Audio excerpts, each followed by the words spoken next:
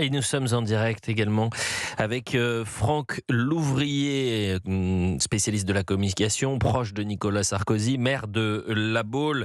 On va parler de Nicolas Sarkozy puisque son nouveau livre, Journal d'un prisonnier, sortira le 10 décembre prochain. J'ai eu la possibilité de le lire. C'est un livre où on a un président de la République qui est passé de président de la République à pendant plusieurs semaines détenu, prisonnier, avec un numéro d'écrou, le 32 05 35. C'est vrai que c'est un livre, régulièrement d'ailleurs, Nicolas Sarkozy prend la plume, mais cette fois-ci, disons-le, c'est un livre à cœur ouvert. Il a toujours été en transparence avec ses lecteurs, avec ses électeurs. Et là, j'ai l'impression qu'il est allé au plus profond de lui-même, nous montrant ses failles, ses faiblesses, ses difficultés, mais c'est aussi une leçon de vie. Je crois qu'il essaye de paraître dans cet ouvrage. C'est celui d'un homme, quel qu'il soit d'ailleurs, qui peut être à terre et puis qui se relève et qui se bat justement face à ce qu'il considère être, lui, une injustice. Franck Louvrier, bonjour. Bonjour.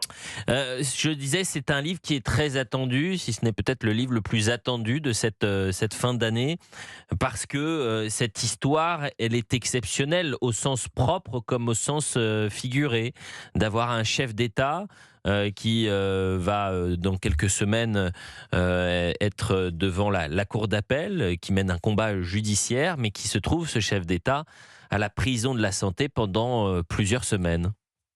Oui, c'est pas un livre de règlement de compte, c'est pas un livre, je dirais sous l'angle judiciaire, c'est un livre personnel de ce qu'il a pu vivre, pour cette incarcération qui est assez exceptionnelle, d'autant plus pour un ancien chef de l'État. Vous savez, Nicolas Sarkozy, c'est un homme de l'écrit, contrairement à ce qu'on peut croire ou ce qu'on peut dire. C'est toujours quelqu'un qui s'est exprimé par l'écrit. Moi, je l'ai connu, dans les années, 99 où il écrivait justement Libre, qui était un livre qui permettait de connaître un peu le programme présidentiel qu'il allait soutenir quelques années après. Puis il y a un livre qui fait résonance avec celui-ci, je trouve, mais ça c'est plus un avis personnel.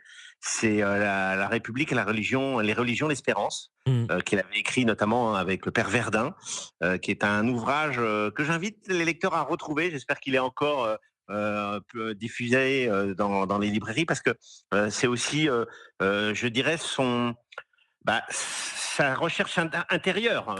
Quand vous êtes face à cette solitude, bien évidemment, vous êtes aussi peut-être au plus profond de vous-même, en train d'essayer de trouver l'utilité de votre rôle sur cette terre.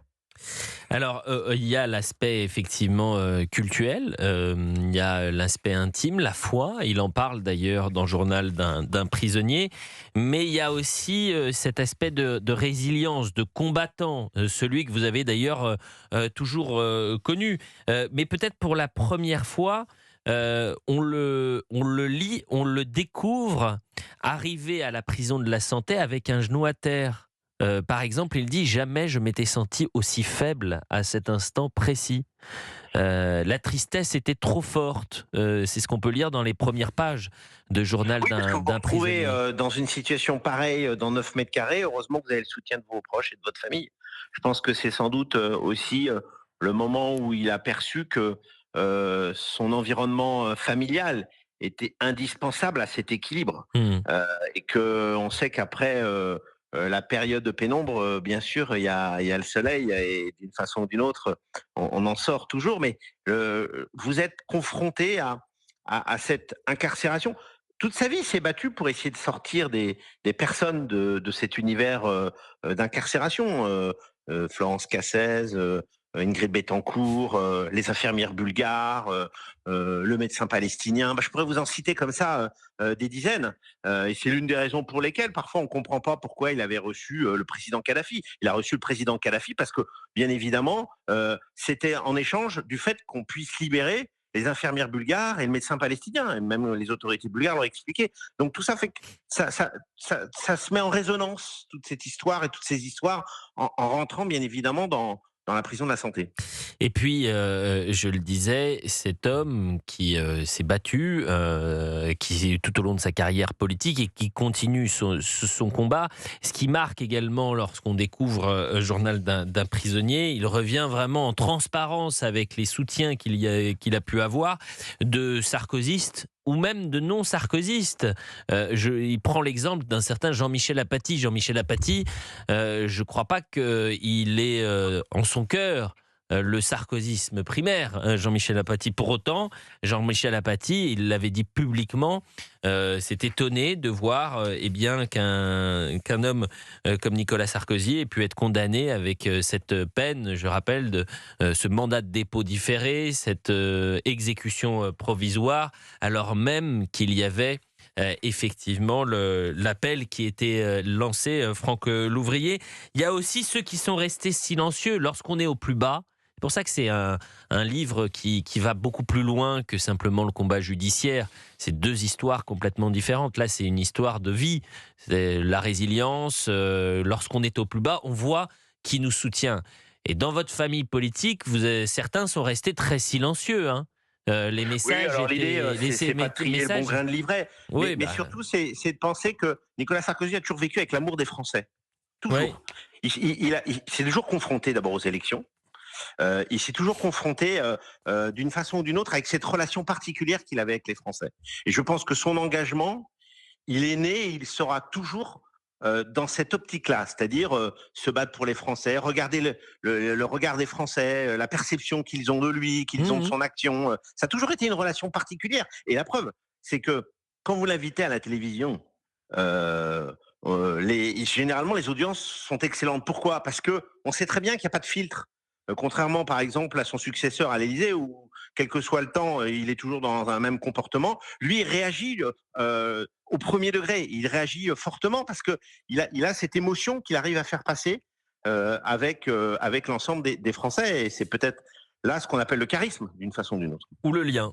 C'est-à-dire que ce lien Exactement. perpétuel avec les Français. Et il a reçu tant de lettres au quotidien en prison qu'il a décidé de prendre la plume et d'écrire. Et je crois qu'il l'a écrit quasiment d'une traite. Et c'est très intéressant de voir que ce livre, qui est un livre témoignage, qui est un livre vraiment à cœur ouvert, vous l'écrivez d'une traite. Et quand vous le lisez, quand vous l'avez entre les mains, je le disais, j'ai eu la chance de le lire avant-hier.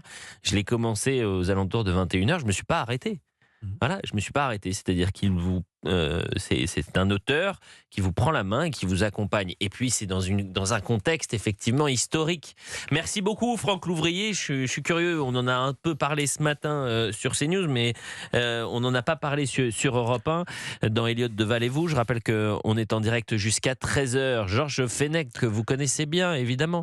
Ouais. Et je mets de côté le combat judiciaire. Moi vraiment, c'est quelle leçon de vie.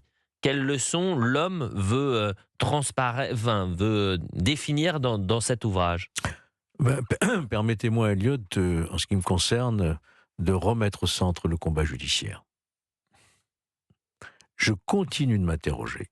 Pourquoi mes anciens collègues, puisque je suis ancien magistrat, ont cru devoir incarcérer l'ancien chef de l'État, contrairement à la présomption d'innocence? Vous avez parlé du détenu, du prisonnier, à juste titre. Vous auriez pu rajouter mes présumés innocents, et je sais que vous l'avez pensé. Pourquoi avoir cru nécessaire? Risquait-il de s'enfuir? Risquait-il de compromettre les preuves, alors que tout était dans le dossier, tout était à l'audience? Quel intérêt, alors qu'ils savaient, les magistrats de première instance, que dès qu'ils demanderaient sa mise en liberté, il serait remis en liberté, parce que les critères ne tiennent plus.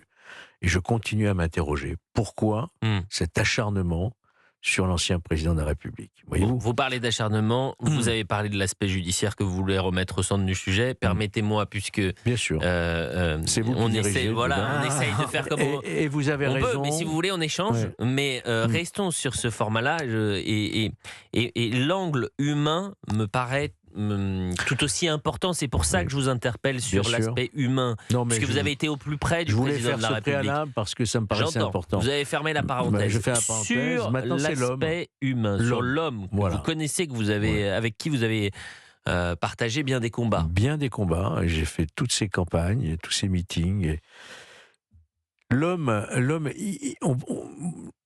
il est résilient, vous l'avez dit, mais ce qui lui permet de tenir, je ne veux pas vous mentir, hein, je l'ai vu récemment, hein, ce qui permet de tenir, je crois, c'est ce lien dont vous parlez avec les Français. Et il va partir avec son livre, il va partir à la rencontre des Français, leur dire ce qu'il a vécu, comment il l'a ressenti, parce qu'il a besoin de partager cette épreuve, et les Français ont besoin aussi de comprendre ce qui est arrivé et comment cet homme a pu subir une telle épreuve, voyez-vous. Donc c'est un livre sans doute le plus personnel qu'il ait pu écrire jusqu'à maintenant, et qui va sans doute, je pense, hein, émouvoir beaucoup de nos concitoyens.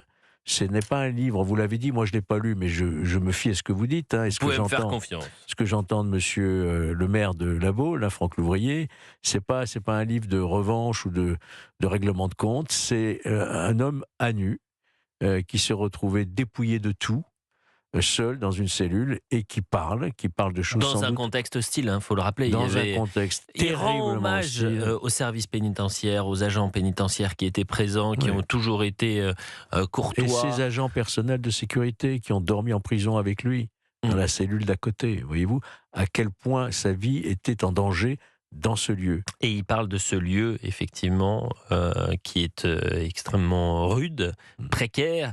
Et puis, il y a en prison, à la prison de la Santé, il y a le bruit, il y a les violences, il y a des scènes que vous allez découvrir, mais qui sont des scènes dignes d'un film. Hein. Je ne veux pas déflorer tout le livre, donc je ne spoilerai pas tout.